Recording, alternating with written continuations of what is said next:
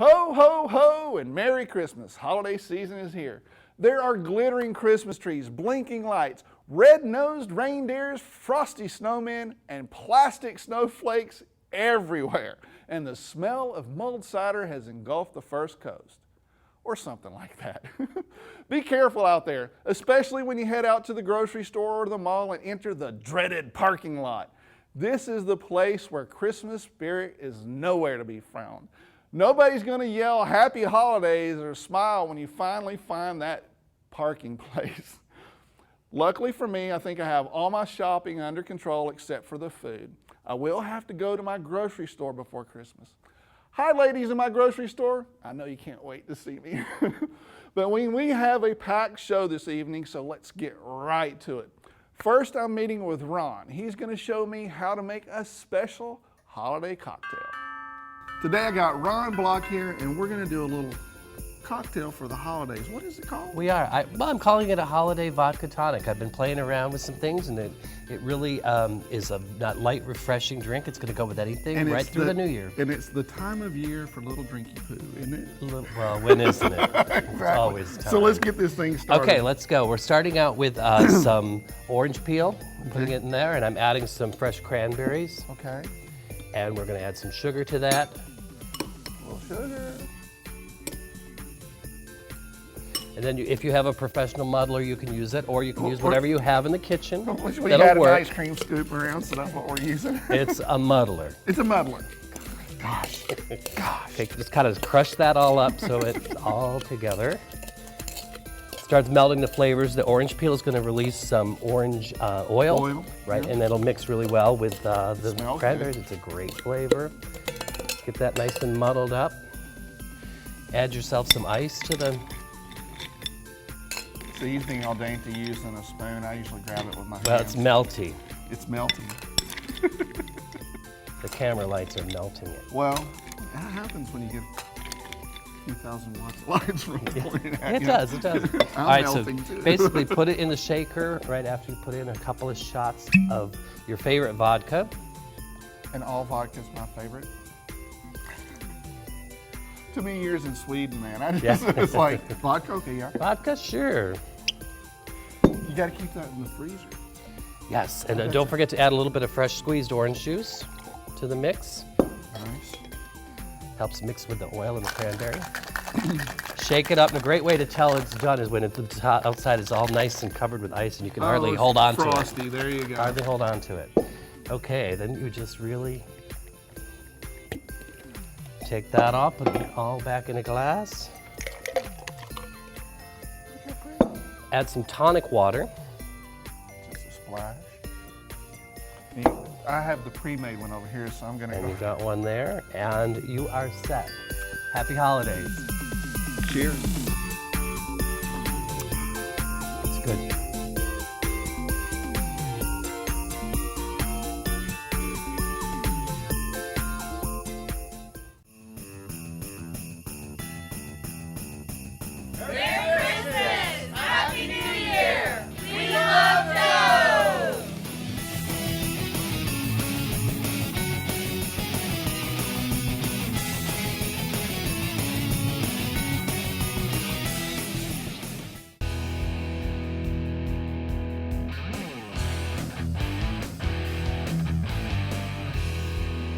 Speaking of holiday shopping, Marcel met up with one of the Jaguars players, Marcedes Lewis.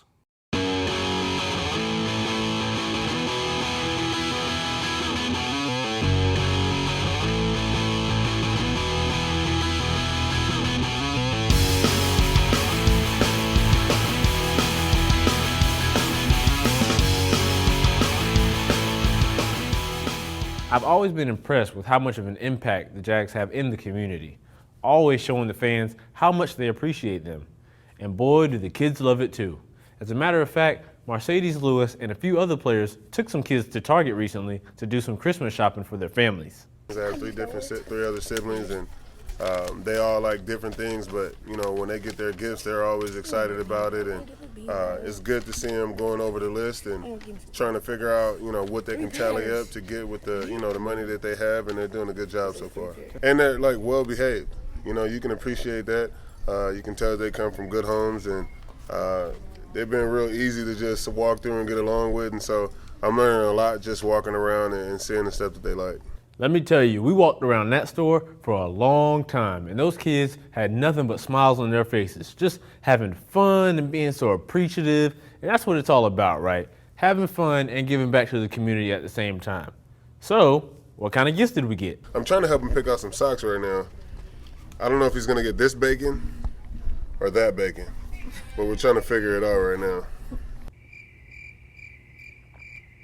My mom here, she started the Marcedes Lewis Foundation, and you know, without her, we wouldn't be here.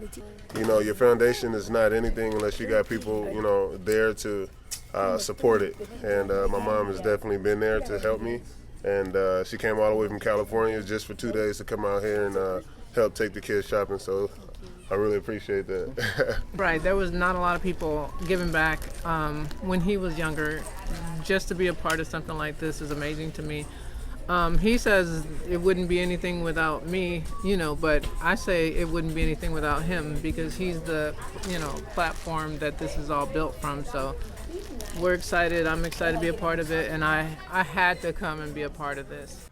I, for one, appreciate Miss Williams for coming out. It was so great seeing how her and Marcedes work together just for this great cause. And she gave me some great ideas on what to get my little one for Christmas. I mean, what do you buy a child that got a car 3 months ago? Well, that's it for this week's episode of I Know Jags. Special thanks to Marcedes Lewis, the Jacksonville Jaguars, and Target for letting us share this experience with you all. What Target you go to, it always smell like popcorn. No matter what Target. I remember like growing up as a kid and looking forward to walking in Target for that popcorn smell. We used to have popcorn, then the one back in California had like popcorn, then like hot dogs being made, and then like pizza being made. Merry Christmas and Happy New Year!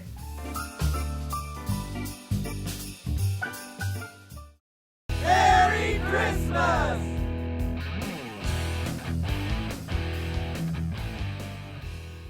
This year we're taking a look at what you can buy locally for Christmas, and isn't this sweet? Basically, we started out with a traditional honey everybody's used to down here in the South. Yeah. And so what caught our interest was, as we did more research, there's mainly 2 different types of honeys that we get in the United States. Mm-hmm. There's your traditional, what we like to nickname the runny honey. Yeah. And then we also get what's called a creamed honey. Right. A creamed honey is the runny honey put in cooler temperatures. Gotcha. And it crystallizes to a thicker consistency and more like a spread. Yeah. Then my mom got creative. She's always been the entrepreneur. She decided to mix different organic fruits to make these really neat spreads. Yeah. And so we've had, you know, ever since we started doing this, I mean, people are telling us they're putting it on their toast, they're putting it in their coffees, Teas, depending the on the flavor, cinnamon. the teas, Yeah. the cinnamon.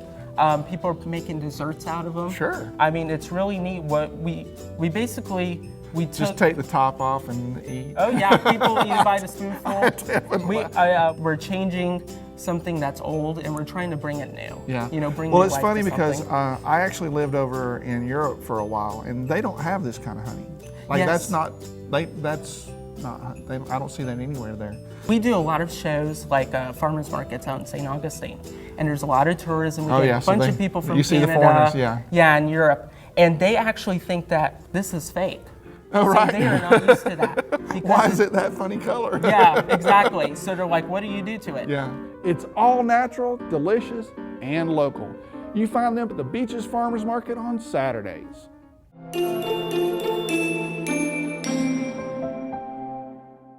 Basically, my ceramics is functional meets art. Talk to me a little bit, how was this made? That's actually 2 glazes together. Okay. And it's a blue glaze with a metallic undertone. And basically when it gets to a certain temperature in the kiln, they fuse together. Okay. So they make kind of like an ocean wave. I do everything on a wheel. Okay. So there is a process. That's the hard way. Yes. Everything is completely handmade. Okay. And what I do is I start with literally a pound of clay and I go from there. Yep, we're a nonprofit. We've been around for about 13 years. And about 3 years ago, Sheriff Rutherford invited us to have character and ethics conversations with men and women coming out of prison. And as we talked about character and ethics and life skills and what it meant, all we kept hearing is, well, I can't find a job and no one will give me a chance to be this person. Yeah. So about 1.5 years ago, we launched Conscious Eats and we just are beginning to explode. It's really exciting. Well, so there's two kind of primary things. There's things called infused fruits, so things like mango masala, hot and spicy, but then it might be paired with an almond jerky. A little bit of this, a little bit of that, a little bit of vinegar, a little bit of oil. You have total fun flavor sensations. You can read more about the businesses we've had here on the show in the holiday gift guide on our website at iknowjax.com. Merry Christmas and Happy New Year. I'm with Ron Block with the Cook in a Book, and we're going to talk about great cookbooks for holiday gifts, right? Yes, last minute holiday shoppers, cookbooks are always a great thing. Who does that, last minute shopping? I heard you do. But I do. But I'm here to help you. I am here to help you. And believe it or not, people love cookbooks. They love to get cookbooks. They love to read cookbooks. Yeah. A lot of people sit down and read them like they would a novel or a nonfiction book. I just like to flip through the pictures. And it's not the old days where you just had a, and the pictures are amazing. Awesome, The yeah. pictures are unbelievable. Yeah. And so, okay, so let's start with Ina Garten. Everybody knows Ina Garten, the Barefoot Contessa. Right. She's created a book that helps you make things ahead. It's one of the questions she gets more than anything else is, what can I do to make it ahead? Busy families. But so anyways, Ina Garten has made it really easy for you to just make things ahead and be ready for whoever shows up. You never know, sometimes last minute guests come, you need something to pop it out and like shock them. Ready to rock. Say, look what I can do. Over here, we met the Lee brothers recently that was at great when my they favorite came to town. cookbook when they were in town, and they're so amazing. The You know, stories they had were awesome. they have great stories, and this cookbook is so full of stories about where they came from, how they got things. A lot of their stuff comes from old recipe books and things from their upbringing in Charleston with boiled peanuts. And the pictures they have of the people that fish in the area that supply the stuff. We also have Martina McBride. Everybody would know her as a big country western star, and she, for years, apparently has been known as somebody who gives really amazing parties for her friends and family. And so it's She didn't actually invite me. What's up with that? I don't know. you're on the circle with the red lines. She's in there and she gives an event and she tells you how to plan for it, how to get your pantry together, get everything together, and she does it each by event. So that cookbook is full of her stories from being on the road and stories of events she's put on at her house. Interesting, with people. okay. It's awesome. This is one of my favorites. It's Mastering My Mistakes in the Kitchen. My mistakes in the kitchen. That's the story of my life in the kitchen. In the kitchen. Well, maybe you can take a tip from her. This is from Dana Cowan, and she's actually been the editor-in-chief of Food and Wine magazine for many, many years. But so you'd think she would know her everything, stuff, right? Yeah. Well, what she's finally done is she's admitted that she really doesn't, and she kind of messes things up in the kitchen all the time. So it was a great idea. So she got a lot of her chef friends, and they're going to want to help her because she's got some influence, and they all help her come up with some really great recipes and help her avoid the mistakes that she's been making all the year. So it's like you have a little toolkit with you to help you conquer all of these things that you may have had trouble with. It's a really interesting thing. The stories are awesome. The chefs are awesome. I love that idea. Yep. Cookbooks are more and more. They're just more about the stories than almost anything else. Not just the whole card catalog. No, it's not like, you do this, you do this, you do this. This one here is Heritage, and it's Sean Brock, and he's a hot new chef, been around a couple of years, but really kind of making a big name, moved to Nashville and kind of gotten some things there. But all of the chapters in this book are actually done by the method of cooking. So if you're braising, it's a whole bunch of things like that. If you're baking and frying, so everything, it arranges it a whole different. So you notice that everything is really arranged a little bit differently. This one is probably not really well known, but should be. Beautiful pictures in this when I was checking it out. It's beautiful, but it's all vegetarian cooking. But it elevates vegetarian cooking to a whole new level. Like people don't miss the meat, and there's things in there that are really easy to make. It does stretch you. It stretches you. My wife's vegetarian and I'm not, so I'm always trying to find things that I can cook for her. Now, what are you hiding back in? I'm hiding my favorite. There's a book that I loved a few years ago called Blood, Bones, and Butter by Gabrielle Hamilton, and it was this woman's amazing journey and not on a usual path, a really way out there journey to become a chef. She opened up a restaurant in New York 15 years ago called Prune. Okay. And it has been one of the top restaurants in New York City for 15 years and just has made some top lists again. She's still at the top She's of her still game. up there. But her stuff is so, believe it or not, one of the things that's most popular as a bar food at her restaurant is radishes with chilled butter. Triscuits with sardines. Okay. Serious. But then she goes from there to more complex things, and she does it.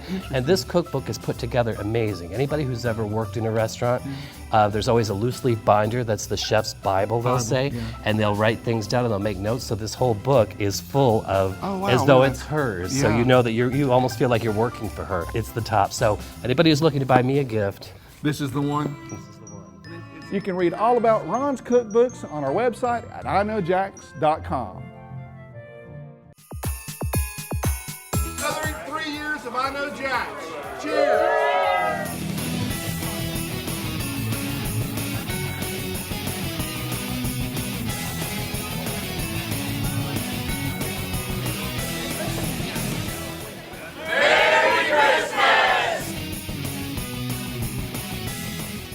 That's it for this week's special holiday episode of I Know Jax. I'll be back with our normal show schedule in the first weekend of January.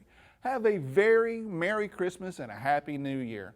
I'll see you back here next year, but before then, I'll see you on the internet.